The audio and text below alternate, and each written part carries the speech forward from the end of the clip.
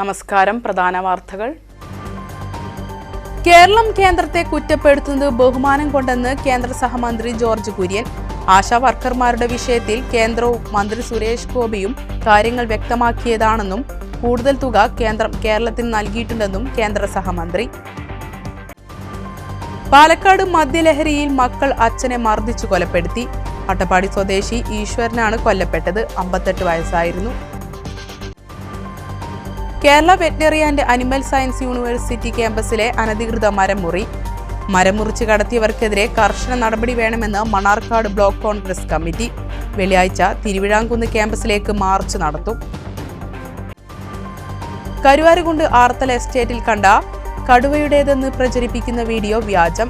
Video പ്രചരിപ്പിച്ച യുവാവിനെതിരെ നിയമ നടപടിക്ക് ഒരുങ്ങി വനം വകുപ്പ്. തുടർച്ചയായ വിവാദങ്ങൾക്കൊടുവിൽ ഒറ്റപ്പാലം താലൂക്ക് ആശുപത്രിയിലെ സൂപ്രണ്ടിന് സ്ഥലം മാറ്റം. താലൂക്ക് ആശുപത്രിയിലെ പ്രശ്നങ്ങൾ ചൂണ്ടിക്കാണിച്ച് സൂപ്രണ്ടിനെ മാറ്റണമെന്നാവശ്യപ്പെട്ട് ഒറ്റപ്പാലം നഗരസഭാ കൗൺസിൽ ആരോഗ്യവകുപ്പിനെ സമീപിച്ചിരുന്നു. ഇതിന് പിന്നാലെയാണ് സൂപ്രണ്ടിന് സ്ഥലം മാറ്റം. ഒറ്റപ്പാലം ചിനക്കത്തൂർ പൂരത്തിനായി അനുവദിച്ചിട്ടുള്ള കച്ചവട സ്റ്റാളുകൾക്ക് താൽക്കാലിക ലൈസൻസ് ഫീസ് ഈടാക്കുമെന്ന് നഗരസഭ. 100 മുതൽ 250 രൂപ വരെയാണ് ഫീസ്. വിശദമായ വാർത്തകളിലേക്ക്. കേരളം കേന്ദ്രത്തെ കുറ്റപ്പെടുത്തുന്നത് ബഹുമാനം കൊണ്ടെന്ന് കേന്ദ്ര സഹമന്ത്രി ജോർജ് കുര്യൻ. ആശാ വർക്കർമാരുടെ വിഷയത്തിൽ കേന്ദ്രവും മന്ത്രി സുരേഷ് ഗോപിയും കാര്യങ്ങൾ വ്യക്തമാക്കിയതാണെന്നും കൂടുതൽ തുക കേന്ദ്രം കേരളത്തിന് നൽകിയിട്ടുണ്ടെന്നും കേന്ദ്ര സഹമന്ത്രി പറഞ്ഞു. പാലക്കാട് എലപ്പുള്ളിയിൽ മാധ്യമങ്ങളോട് സംസാരിക്കുകയായിരുന്നു അദ്ദേഹം. കേന്ദ്രം ഫണ്ടുകൾ അനുവദിക്കുന്നില്ല എന്ന് കേരള സർക്കാർ തുടർച്ചയായി പ്രചരിപ്പിക്കുന്നു. എല്ലാ പദ്ധതികൾക്കും ആദ്യം തുക അനുവദിക്കുന്നത് കേന്ദ്രമാണെന്ന് ജനങ്ങളെ ബോധ്യപ്പെടുത്താനാണ് ഈ പ്രചാരണം സഹായിക്കുന്നത്. കേന്ദ്രത്തോടുള്ള നന്ദി കൊണ്ടാണ് ഇത്തരം പ്രചാരണങ്ങളെന്നും അദ്ദേഹം പരിഹസിച്ചു. ജനങ്ങൾ എല്ലാം തിരിച്ചറിയുന്നുണ്ടെന്നും കേന്ദ്രമന്ത്രി പറഞ്ഞു. അങ്ങനെയാണല്ലോ എപ്പോഴും പറയുന്നത്. തന്നിട്ടേ ഇല്ല, ഒരു പൈസ പോലും കിട്ടിയിട്ടില്ല. അത് എപ്പോഴും 1 രൂപ പോലും 1 പൈസ പോലും എന്നാണ് എപ്പോഴും നിങ്ങൾ ശ്രദ്ധിച്ചോ. 1 പൈസ പോലും തന്നിട്ടില്ല എന്നാണ് പറയുന്നത്. അത് മന്ത്രിയല്ലേ പറയുന്നത്. കേന്ദ്രത്തിലെ മന്ത്രി അദ്ദേഹത്തിൻ്റെ കണക്ക് കിട്ടും. അപ്പോൾ അത് ശരിയാണ്. മറ്റേത് ഇവര് ശരിയാണോ എന്ന് അവരല്ലേ പറഞ്ഞത്. അത് പറഞ്ഞില്ല, അതിൻ്റെ റിപ്പോർട്ടൊന്നും കണ്ടില്ലേ. അതെല്ലാം പത്രത്തിൽ സ്റ്റേറ്റ്മെൻറ്റായിട്ട് കേന്ദ്രം കൊടുത്തു. എല്ലാം കൊടുത്ത് 120 രൂപ കൂടുതലും കൊടുത്തിട്ടുണ്ട്. അതാണ് കൊടുത്തിരിക്കുന്നത്. ഇന്നലെ ഒഫീഷ്യലായിട്ട് സുരേഷ് ഗോപി സാറ് നട്ടജിയെ കണ്ടു കഴിഞ്ഞപ്പോൾ അവരെ റിലീസ് ചെയ്തു. അതിൻ്റെ അകത്തിന് കൺഫ്യൂഷനൊന്നുമില്ല. പിന്നെ ഇന്നും പറയാം കേന്ദ്രം തന്നിട്ടില്ല എന്ന് പറയാം, നാളെയും പറയാം. അത് തീർച്ചയായിട്ടും നരേന്ദ്രമോദിജിയെ കേരളത്തിലെ ജനങ്ങൾ ഓർക്കാൻ വേണ്ടി, കാരണം എല്ലാം അദ്ദേഹമാണല്ലോ ചെയ്യുന്നത് ആദ്യം തന്നെ, അത് ഓർക്കാൻ വേണ്ടി ഇടയ്ക്കിടയ്ക്ക് പറയുന്നതാണ്. അതുകൊണ്ട് തീർച്ചയായിട്ടും അത് ഇനിയും പറഞ്ഞുകൊണ്ടിരിക്കും. ബഹുമാനം കൊണ്ടാണോ കേന്ദ്രം കൊടുത്തില്ല അല്ല, നന്ദി കൊണ്ട്. കാരണം നേരത്തെ കിട്ടിയില്ലല്ലോ. കിട്ടിക്കഴിഞ്ഞ് തന്നില്ല എന്ന് പറയുമ്പോൾ ആൾക്കാർ അന്വേഷിക്കുമ്പോൾ കേന്ദ്രത്തിനോട് ബഹുമാനം തോന്നും. അതുകൊണ്ട് ചെയ്യും. അത് നിങ്ങളുടെ ഈ ഇതില്ല, സോഷ്യൽ മീഡിയ പോലെയൊക്കെയുള്ള ഒരു ഏർപ്പാട്. എലപ്പുള്ളിയിൽ ബ്രൂവറി വരുമോ എന്നറിയില്ല. എന്നാൽ കേന്ദ്രത്തിന്റെ മീൻ വളർത്താനുള്ള പദ്ധതി വരും. മീൻ വളർത്താനുള്ള വെള്ളം എലപ്പുള്ളിയിൽ ഉണ്ടെന്ന് ഗവേഷകർ കണ്ടെത്തി. 600 കുളവും പദ്ധതിക്ക് ആവശ്യമായ വെള്ളവും എലപ്പുള്ളിയിൽ ഉണ്ടെന്നും കേന്ദ്രമന്ത്രി ജോർജ് കുര്യൻ പറഞ്ഞു. അതെനിക്കറിയത്തില്ല. മീൻ വരും, മീനുള്ള വെള്ളമുണ്ടെന്ന് ഇവിടുത്തെ ആൾക്കാർ പറയുന്നുണ്ട്. അവിടെ കരിമീൻ പറ്റും എന്നൊക്കെ അവർ പറയുന്നുണ്ട്. ഇവിടുത്തെ ജനങ്ങളാണ്. അത് കേന്ദ്രം തന്നെയല്ല, കേരള സർക്കാരിൻ്റെ സഹകരണത്തോടു കൂടി തന്നെയാണ്. കാരണം മത്സ്യരംഗത്ത് കേരളം വളരെയധികം മുന്നേറ്റം നടത്തിയിട്ടുണ്ട്. നമ്മുടെ മറൈൻ ഫിഷറീസ് രംഗത്ത് ഇന്ത്യയിലെ 1ാം സ്ഥാനമാണ്. അതുപോലെ തന്നെ നമ്മുടെ ഫിഷിംഗ് ഹാർബർ ഏറ്റവും കൂടുതലുള്ളത് ഇന്ത്യയിലാണ്. അപ്പോൾ ഞാൻ വന്നതിന് ശേഷം കുറച്ച് തുടങ്ങിയിട്ടുണ്ട്. ഞാൻ മാത്രം തുടങ്ങിയതല്ല, ഇത് ഇവിടെ ഉള്ളതുകൊണ്ടാണല്ലോ ഇവിടുത്തെ നമ്മുടെ മത്സ്യപ്രവർത്തകരും കൃഷിക്കാരും. പക്ഷേ അക്വാകൾച്ചറിൽ നമ്മൾ പുറകിലാണ്. ഈ ഉൾനാടൻ കൃഷിയില്ലേ, ആന്ധ്രാപ്രദേശുകാരാണ് മുന്നിൽ. അപ്പോൾ അതുകൊണ്ട് അത് ഇവിടെ ഞാൻ ഒക്ടോബറിൽ വന്ന അവസരത്തിൽ ഇവിടെ 600 കുളങ്ങളുണ്ടെന്ന് ഇവിടെ ഗാന്ധി ആശ്രമത്തിൻ്റെ ശ്രീനിവാസൻ പറഞ്ഞു. അപ്പോൾ അങ്ങനെ സയൻറ്റിസ്റ്റുകളെ വിട്ടു. ഇവിടുത്തെ മന്ത്രിയായിട്ട് സംസാരിച്ചു, ഇവിടുത്തെ ഡിപ്പാർട്ട്മെൻറ്റുമായിട്ട് സംസാരിച്ചു. അങ്ങനെ അനുകൂലമാണെങ്കിൽ ഇവിടെ നടത്താം. ഇപ്പോൾ ഇത് പൈലറ്റ് പ്രോജക്റ്റാണ്, കംപ്ലീറ്റ് കേന്ദ്രത്തിൻ്റെ പൈസയാണ്. കർഷകർക്ക് ഇനി അതിൻ്റെ പല രീതിയിലുള്ള പദ്ധതികളുണ്ട്, അത് നടപ്പിലാക്കാൻ പറ്റും. അതുകൊണ്ടാണ് മദ്യലഹരിയിൽ പാലക്കാട് അട്ടപ്പാടി ഒസത്തിയൂർ ഊരിലെ അച്ഛനെ മക്കൾ മർദ്ദിച്ചു കൊലപ്പെടുത്തി. ഒസത്തിയൂർ ആദിവാസി നഗറിലെ ഈശ്വരനാണ് കൊല്ലപ്പെട്ടത്. 58 വയസ്സായിരുന്നു. ബുധനാഴ്ച ഉച്ചയ്ക്കാണ് സംഭവം. മക്കളായ രാജേഷ്, രഞ്ജിത്ത് എന്നിവർ ചേർന്ന് മർദ്ദിക്കുകയായിരുന്നുവെന്ന് പോലീസ് പറഞ്ഞു. രാജേഷിനെയും രഞ്ജിത്തിനെയും അഗളി പോലീസ് കസ്റ്റഡിയിലെടുത്തു. വാക്കുതർക്കത്തിനിടെ ഈശ്വരന്റെ കുടുംബ വീട്ടിന് മുന്നിൽ വെച്ചായിരുന്നു കൊലപാതകം. മർദ്ദനത്തിനു ശേഷം മൃതദേഹം വീടിനകത്ത് പായ വിരിച്ച് കിടത്തി വെള്ളം മുണ്ടുകൊണ്ട് മൂടിയ ശേഷം ഇരുവരും വീട് പൂട്ടി ഓടിപ്പോവുകയായിരുന്നു. പോലീസ് പരിശോധനയിൽ ഈശ്വരന്റെ കൈകളും കാലും പൊട്ടിയ നിലയിലാണ്. 25 വർഷമായി ഈശ്വരൻ മാനസിക രോഗത്തിന് ചികിത്സയിലായിരുന്നുവെന്ന് പോലീസ് അറിയിച്ചു. ഇൻക്വസ്റ്റ് നടപടികൾക്ക് ശേഷം ഈശ്വരന്റെ മൃതദേഹം അഗളി സാമൂഹികാരോഗ്യ കേന്ദ്രത്തിലേക്ക് മാറ്റി. ബസ് യാത്രക്കാരിക്ക് നേരെ ലൈംഗികാതിക്രമം, ബാങ്ക് ജീവനക്കാരൻ അറസ്റ്റിൽ. കോഴിക്കോട് കടലുണ്ടി മുഹമ്മദ് അഷ്റഫാണ് അറസ്റ്റിലായത്.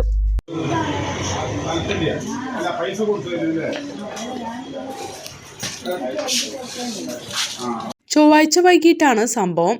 പാലക്കാട് നടന്ന മീറ്റിംഗിൽ പങ്കെടുത്ത ശേഷം കോഴിക്കോട്ടേക്ക് യാത്ര ചെയ്യുകയായിരുന്നു യുവതി. ബസ്സിലെ സീറ്റിൽ ഒറ്റയ്ക്കിരിക്കുന്നതിനിടെ അഷ്റഫ് അടുത്തു വന്നിരിക്കുകയായിരുന്നു. ഇതിനിടെയാണ് ലൈംഗികാതിക്രമം നടത്തിയതെന്ന് യുവതി കല്ലടിക്കോട് പോലീസിനോട് പറഞ്ഞു. കേസെടുത്ത പോലീസ് അഷ്റഫിനെ അറസ്റ്റ് ചെയ്യുകയായിരുന്നു.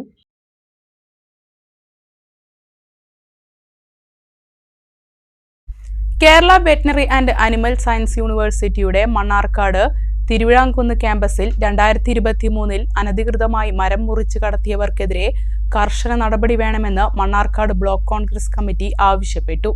ഇക്കാര്യം ഉന്നയിച്ച് വെള്ളിയാഴ്ച തിരുവിഴാംകുന്ന് ക്യാമ്പസിലേക്ക് മാർച്ച് നടത്തുമെന്ന് നേതാക്കൾ വാർത്താസമ്മേളനത്തിൽ പറഞ്ഞു. 75 ലക്ഷം രൂപയുടെ വൻമരങ്ങളാണ് 2023 അനധികൃതമായി മുറിച്ചു കടത്തിയത്. ക്യാമ്പസിലെ പാഴ്മരങ്ങൾ മുറിക്കാൻ അനുമതി നൽകിയതിന്റെ മറവിലാണ് വൻമരങ്ങൾ കടത്തിയത്. ഇത് ഉദ്യോഗസ്ഥരുടെ അറിവോടെയുമാണ്.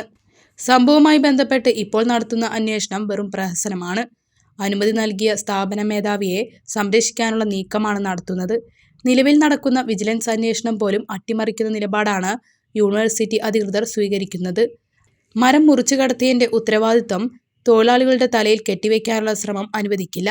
യഥാർത്ഥ കുറ്റക്കാരെ കണ്ടെത്താൻ ആരോപണ വിധേയരായ ഉദ്യോഗസ്ഥരെ മാറ്റി നിർത്തിയുള്ള വിജിലൻസ് അന്വേഷണം വേണമെന്ന് കോൺഗ്രസ് നേതാക്കൾ ആവശ്യപ്പെട്ടു. മരം മുറിക്കാൻ അനുവദിച്ച കാലയളവിലും ലേലത്തുക കെട്ടിവെക്കുന്നതിലുള്ള കാലതാമസവും വിവരാവകാശ രേഖ വഴി തങ്ങൾക്ക് ലഭിച്ചു. കാലതാമസം പാഴ്മരങ്ങൾക്കൊപ്പം വൻമരങ്ങളും കൂടി കടത്താനായിരുന്നുവെന്നാണ് തങ്ങൾ മനസ്സിലാക്കുന്നത്. ഒരു ഉദ്യോഗസ്ഥരെ സ്ഥലം മാറ്റിയതൊഴിച്ച് മറ്റൊരു നടപടിയും ഉണ്ടായില്ലെന്നും നേതാക്കൾ ആരോപിച്ചു.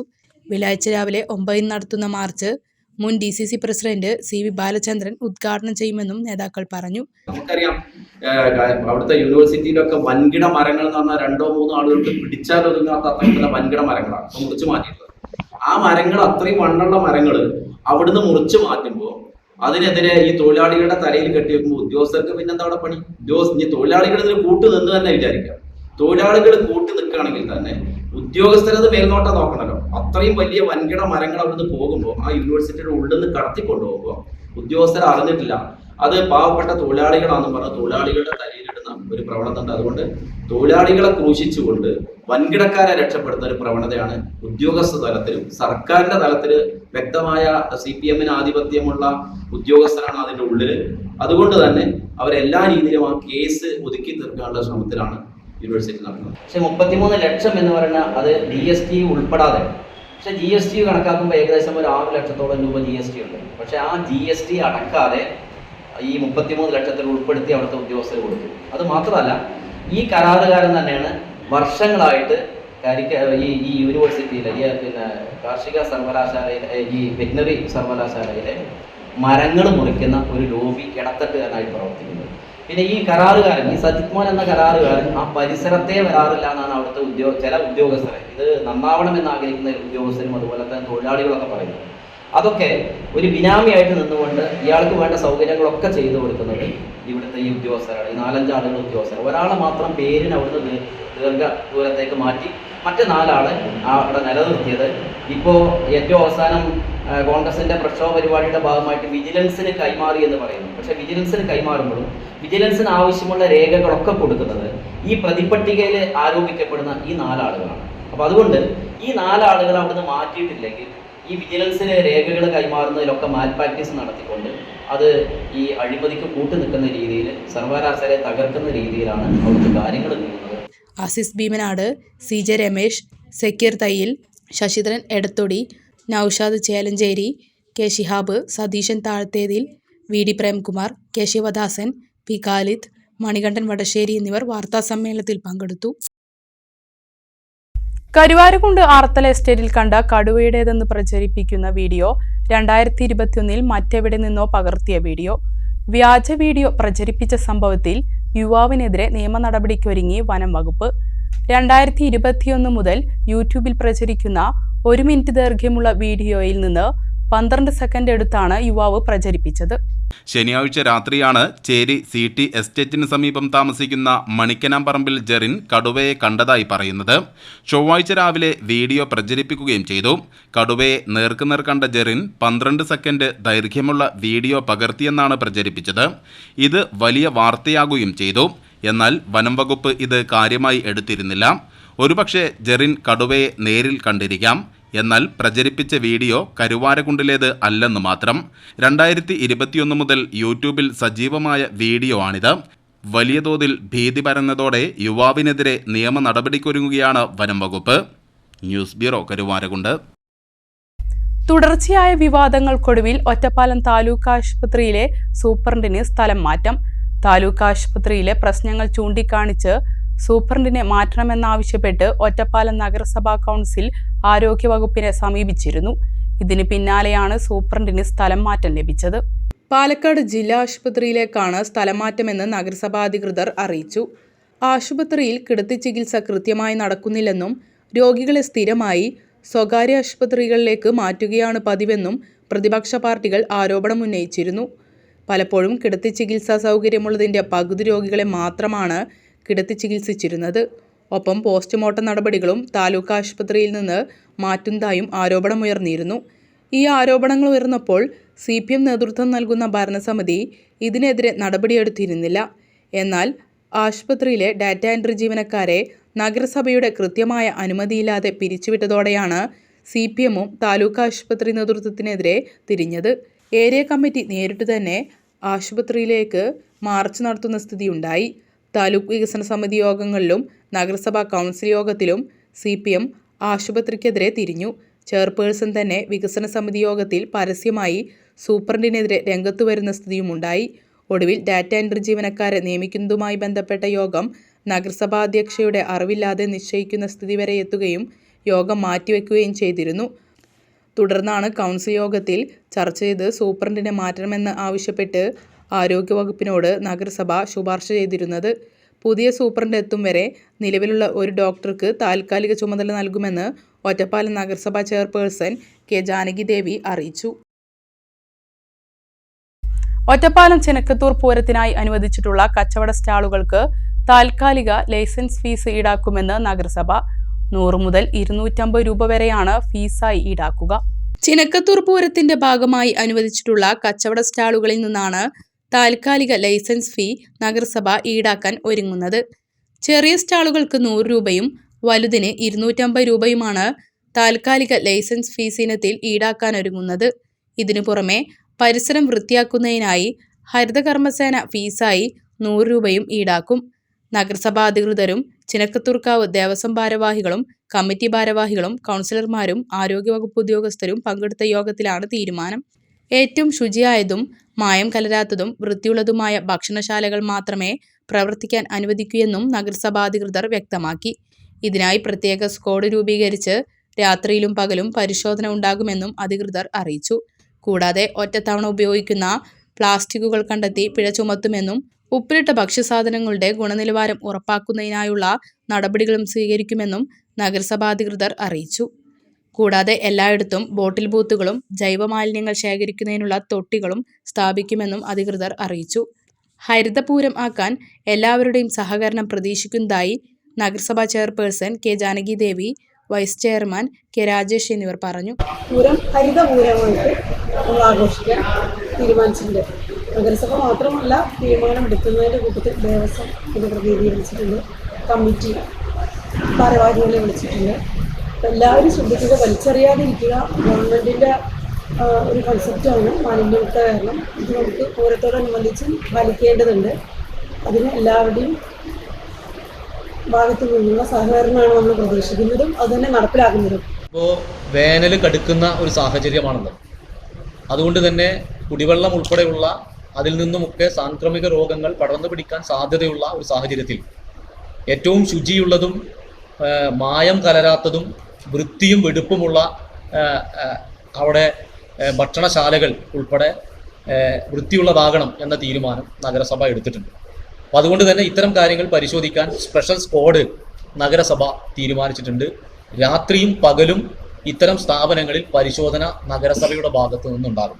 ഇപ്പോൾ ചെറുതും വലുതുമായ എല്ലാ കച്ചവട വ്യാപാര സ്ഥാപനങ്ങൾക്കും പൂരത്തിന് വേണ്ടി വരുന്ന കച്ചവടശാലകൾക്കും ചെറിയ ലൈസൻസ് ഫീസ് ഏർപ്പെടുത്താൻ വേണ്ടി നഗരസഭ തീരുമാനിച്ചിട്ടുണ്ട്. ലൈസൻസ് ഫീസോടൊപ്പം ഹരിതകർമ്മ സേനയ്ക്കുള്ള യൂസർ ഫീയും ഇതോടൊപ്പം നഗരസഭ ശേഖരിക്കുന്നതാണ്.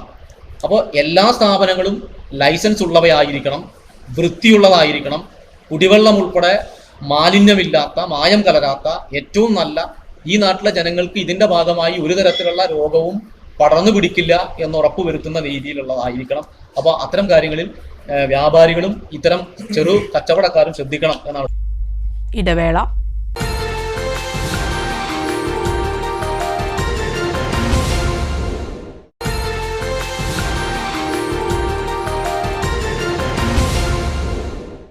മണ്ണാർക്കാടിന്റെ ദേശീയോത്സവമായ മണ്ണാർക്കാട് പൂരം വെള്ളിയാഴ്ച തുടങ്ങും. ഇനിയുള്ള ഒരാഴ്ച മണ്ണാർക്കാട് പൂരാഘോഷത്തിന്റെ ആരവത്തിൽ മുങ്ങും. പൂരാഘോഷത്തിന് വിപുലമായ ഒരുക്കങ്ങളാണ് നടത്തിയിട്ടുള്ളതെന്ന് പൂരാഘോഷ കമ്മിറ്റി ഭാരവാഹികൾ വാർത്താസമ്മേളനത്തിൽ പറഞ്ഞു. അരകുറിശി ഉദയർകുന്ന് ഭഗവതി വെള്ളിയാഴ്ച രാത്രി പൂരാറാട്ടിന് എഴുന്നള്ളുന്നതോടെയാണ് മണ്ണാർക്കാട് പൂരാഘോഷത്തിന് തുടക്കം കുറിക്കുക. തുടർന്നുള്ള എല്ലാ ദിവസവും രാവിലെയും വൈകിട്ടും ഭഗവതി ആറാട്ടിന് എഴുന്നള്ളും.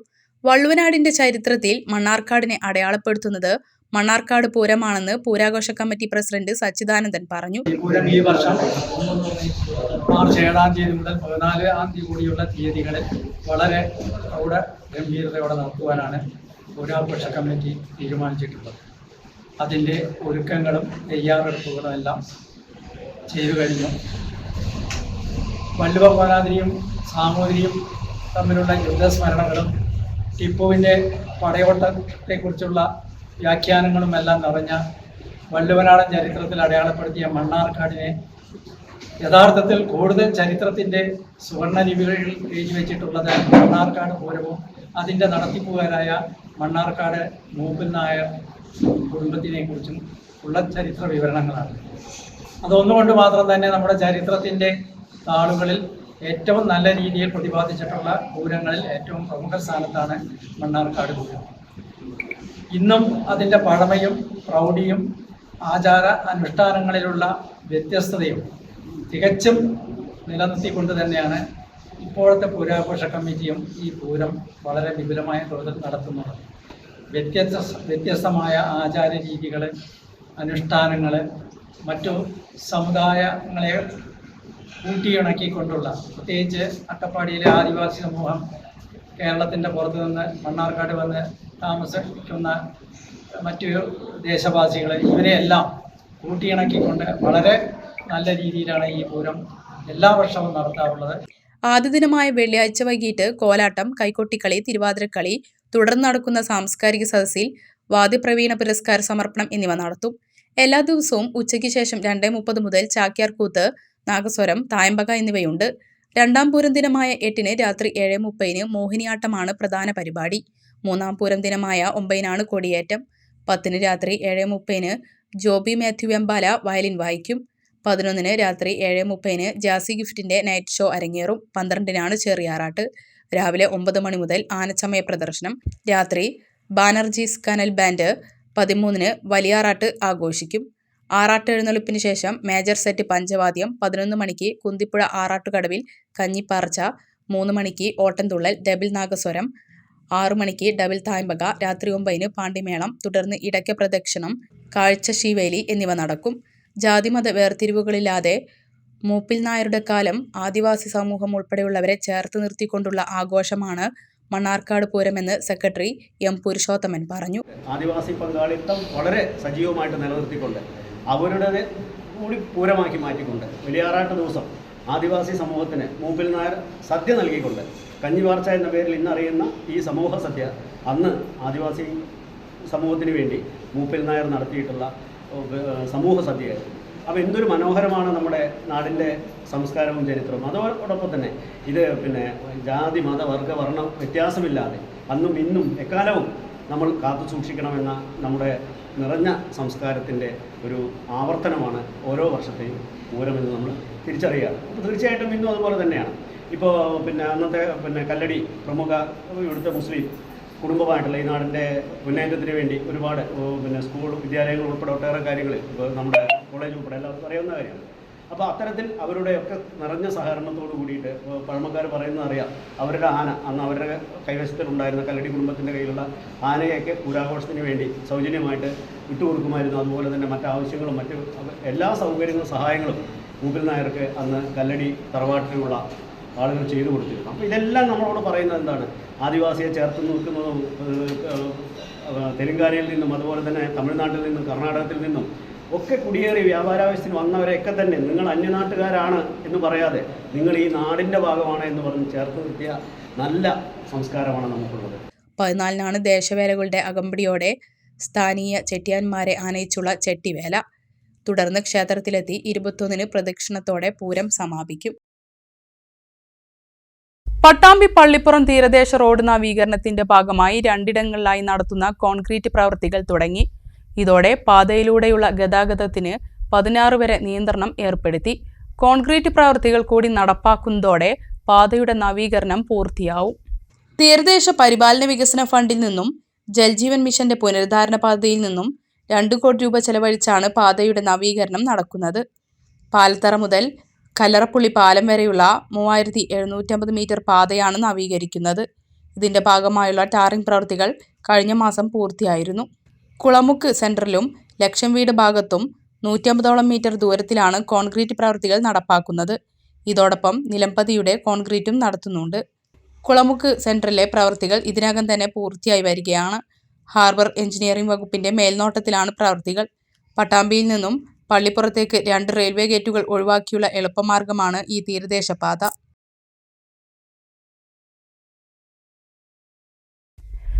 കിണറ്റിൽ വീണ 2.5 വയസ്സുകാരനെ രക്ഷിക്കാൻ മുത്തച്ഛൻ കൂടെ ചാടി. ഇവരെ 2 പേരെയും രക്ഷിക്കാൻ മറ്റു 2 പേർ കൂടി കിണറ്റിലിറങ്ങി. കിണറിൽ കുടുങ്ങിയ 4 പേരെയും പിന്നീട് പെരിന്തൽമണ്ണ അഗ്നിരക്ഷാസേന എത്തിയാണ് രക്ഷപ്പെടുത്തിയത്. ആലിപ്പറമ്പിലാണ് സംഭവം. ആലിപ്പറമ്പ് ബിടാത്തി പാറക്കണ്ണിയിൽ ചൊവ്വാഴ്ച വൈകിട്ടാണ് 2.5 വയസ്സുകാരൻ കിണറ്റിൽ വീണത്. കളിക്കുന്നതിനിടെ ചുറ്റുമതിൽ ഇല്ലാത്ത കിണറിൽ തട്ടി തടഞ്ഞു വീഴുകയായിരുന്നു. കുട്ടിയുടെ മുത്തച്ഛനായ ബാലൻ എന്നയാൾ കുട്ടിയെ രക്ഷപ്പെടുത്താൻ കിണറിലേക്ക് ചാടി. കിണറിൽ ചാടിയ സമയത്ത് ബാലിന് പരിക്കേറ്റതോടെ 2 പേരും കിണറിനകത്ത് കുടുങ്ങി. തുടർന്ന് നാട്ടുകാരായ അയ്യപ്പൻ, ആഷിഖ് എന്നിവർ കിണറിൽ ഇറങ്ങി 2 പേരെയും രക്ഷപ്പെടുത്താൻ ശ്രമിച്ചെങ്കിലും കുട്ടിയെയും മുത്തച്ഛനെയും പുറത്തെടുക്കാനായില്ല. വിവരമറിയിച്ചതിനെ തുടർന്നെത്തിയ പെരിന്തൽമണ്ണ അഗ്നിരക്ഷാസേനയെത്തി 4 പേരെയും പുറത്തെടുക്കുകയായിരുന്നു. സിവിൽ ഡിഫൻസ് ഫോഴ്സ് അംഗങ്ങളും എത്തിയിരുന്നു. നാട്ടുകാരുടെ സഹായത്തോടെയാണ് ഇവരെ പുറത്തെടുത്തത്.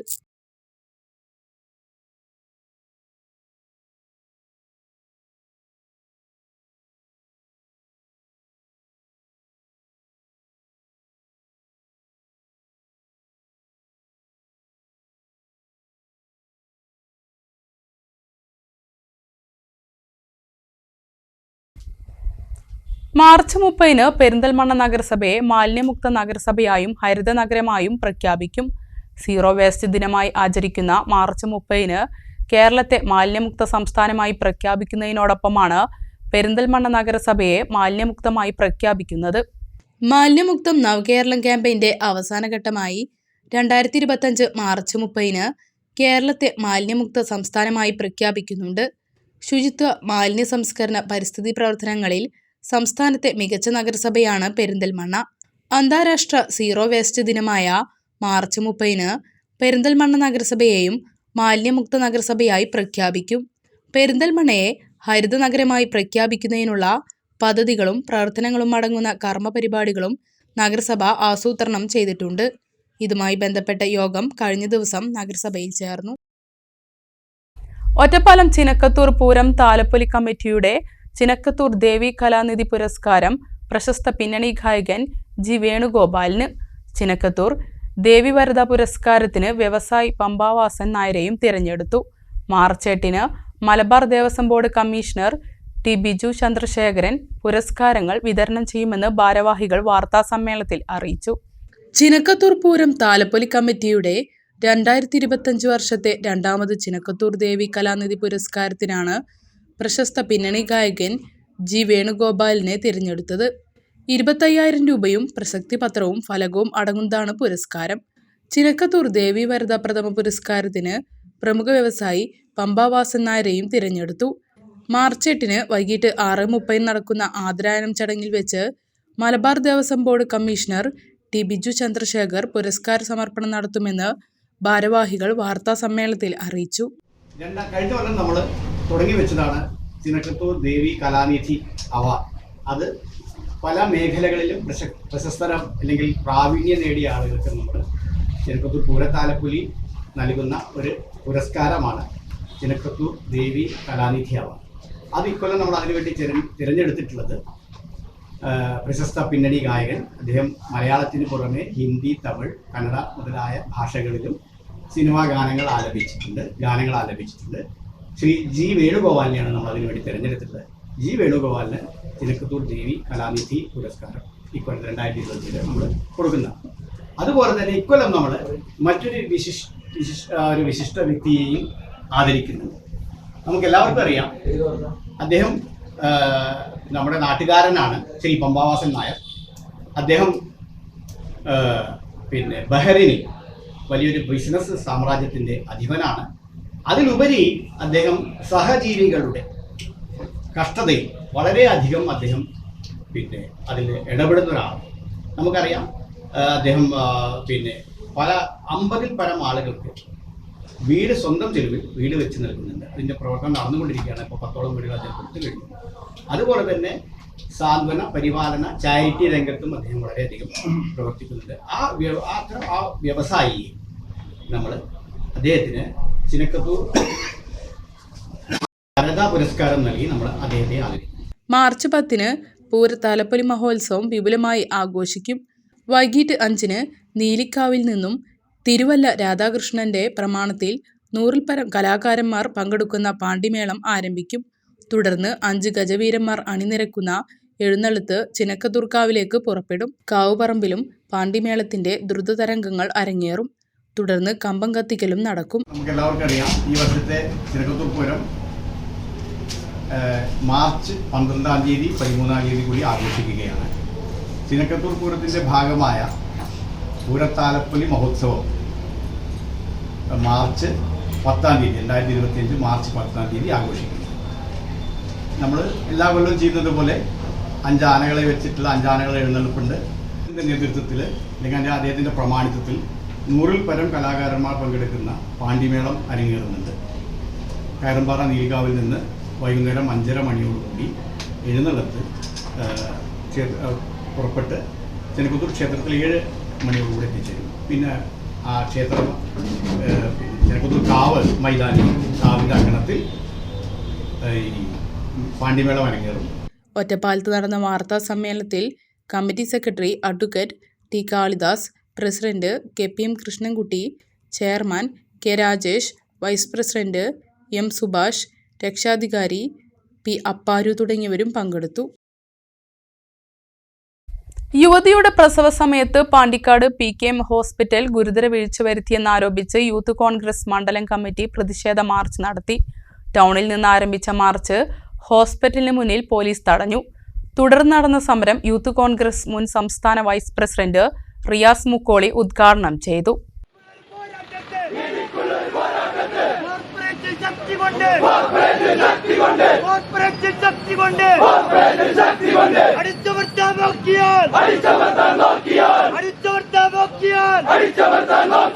രാജ്യത്തിന്റെ സ്വാതന്ത്ര്യത്തിന് ജീവൻ നൽകിയ പ്രസ്ഥാനം, ജീവൻ നൽകിയ പ്രസ്ഥാനം, മൂവർണ്ണക്കൊടി കൈകളിലേന്ത് യൂത്ത് കോൺഗ്രസ് പറയുന്നു, ഇല്ല ഇല്ല പിറകോട്ടില്ല, ഒരടി പോലും പിറകോട്ടില്ല. വെള്ളുവങ്ങാട് സ്വദേശിനിയായ യുവതിയുടെ പ്രസവവുമായി ബന്ധപ്പെട്ട് ഗുരുതര ചികിത്സാ പിഴവ് സംഭവിച്ചെന്ന പരാതിയുമായി ഭർത്താവ് രംഗത്തു വന്നിരുന്നു. ജനുവരി 25-ന് പ്രസവത്തിനായി ആശുപത്രിയിൽ പ്രവേശിപ്പിച്ച സബാഹിന്റെ ഭാര്യയോട് ഡോക്ടർമാരും നഴ്സുമാരും മോശമായി പെരുമാറിയെന്ന് പരാതിയിൽ പറയുന്നുണ്ട്. തുടർന്ന് പ്രസവശേഷം കുഞ്ഞിന് മഞ്ഞനിറം കാണപ്പെടുകയും പരിശോധനയിൽ രക്തം കയറ്റണമെന്ന് ഡോക്ടർ നിർദ്ദേശിക്കുകയും ചെയ്തു. ഇതിനായി O- രക്തദാതാവിനെ കണ്ടെത്താൻ കുടുംബത്തിന് ഡോക്ടർ നിർദ്ദേശം നൽകുകയും ചെയ്തു. ഇതിനിടയിൽ കുട്ടിയുടെ വയറ് അസാധാരണമായ രീതിയിൽ വലുതായതോടെ കുടുംബം കുട്ടിയെയും അമ്മയെയും മഞ്ചേരിയിലെ സ്വകാര്യ ആശുപത്രിയിൽ എത്തിച്ചു. ഇവിടെ നടത്തിയ പരിശോധനയിൽ കുട്ടിയുടെ രക്തഗ്രൂപ്പ് O- ആണെന്ന് സ്ഥിരീകരിക്കുകയും ചെയ്തു.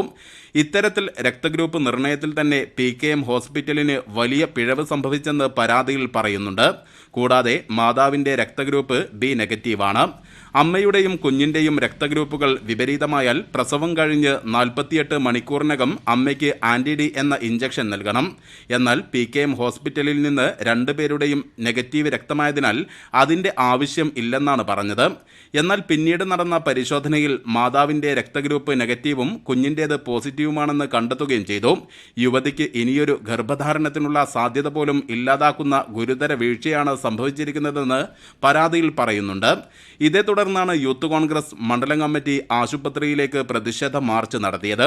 മുൻ സംസ്ഥാന vice president Riyas Mukkoli march ഉദ്ഘാടനം ചെയ്തു. വരും ദിവസങ്ങളിൽ പ്രതിഷേധം കൂടുതൽ ശക്തമാക്കുമെന്ന് പ്രവർത്തകർ പറഞ്ഞു. ഇതുമായി ബന്ധപ്പെട്ട് ഹോസ്പിറ്റൽ അധികാരികളെ കണ്ട് സംസാരിച്ച് അദ്ദേഹം പറഞ്ഞത് എനിക്ക് നഷ്ടപരിഹാരങ്ങളൊന്നും വേണ്ട, എന്റെ ഭാര്യയ്ക്കും എന്റെ കുട്ടിക്കും മതിയായ ചികിത്സ നിങ്ങൾ നൽകണം, ഭാവിയിലും എന്റെ ഭാര്യയ്ക്ക് വേണ്ട ചികിത്സകൾ നിങ്ങൾ നൽകണം, നിങ്ങളുടെ ഭാഗത്തുള്ള തെറ്റാണ്, അത് നിങ്ങൾ ഉൾക്കൊണ്ടുകൊണ്ട് നൽകേണ്ട ചികിത്സ നൽകണമെന്നൊരു കാര്യം മാത്രമാണ് അദ്ദേഹം സൂചിപ്പിച്ചത്. പക്ഷേ ധിക്കാരപരമായി സംസാരിക്കാൻ ചെല്ലുന്നവരെയൊക്കെ വളരെ ധിക്കാരത്തോടുകൂടി ഞങ്ങളെന്താ വലിയ സംഭവമാണ്, IMA ഞങ്ങളുടെ കയ്യിലാണ്, പോലീസ് ഞങ്ങളുടെ കയ്യിലാണ് എന്ന രീതിയിലാണ് ഈ ഹോസ്പിറ്റൽ മാനേജ്മെന്റ് സംസാരിച്ചത് എന്നുള്ളത് ഈ വിഷയത്തിന്റെ ഗൗരവത്തെ വർദ്ധിപ്പിക്കുകയാണ്. യൂത്ത് കോൺഗ്രസ് മണ്ഡലം പ്രസിഡന്റ് K. സുൽഫി ചടങ്ങിൽ അധ്യക്ഷത വഹിച്ചു. സംസ്ഥാന general secretary Azad Thampanangadi, secretary E. Safeer Jan, Kanhirakkandan Muhammad, PK Nasar, Kunhu Kattakkulam, KV Iqbal, Rashid Kakkulam, മുസഫിർ, K. Safwan, Babu പട്ടണം, VP ബുഷ്റ, കുരിക്കൽ ജംഷീന തുടങ്ങിയവർ പ്രസംഗിച്ചു. അതേസമയം സബാഹ് നൽകിയ പരാതിയുടെ അടിസ്ഥാനത്തിൽ ഏത് അന്വേഷണത്തെയും നേരിടാൻ ഒരുക്കമാണെന്നും പ്രതിഷേധത്തെ നിയമപരമായി നേരിടുമെന്നും ആശുപത്രി അധികൃതർ അറിയിച്ചു. News bureau, Pandikkad. ഒരു ഇടവേള കൂടി.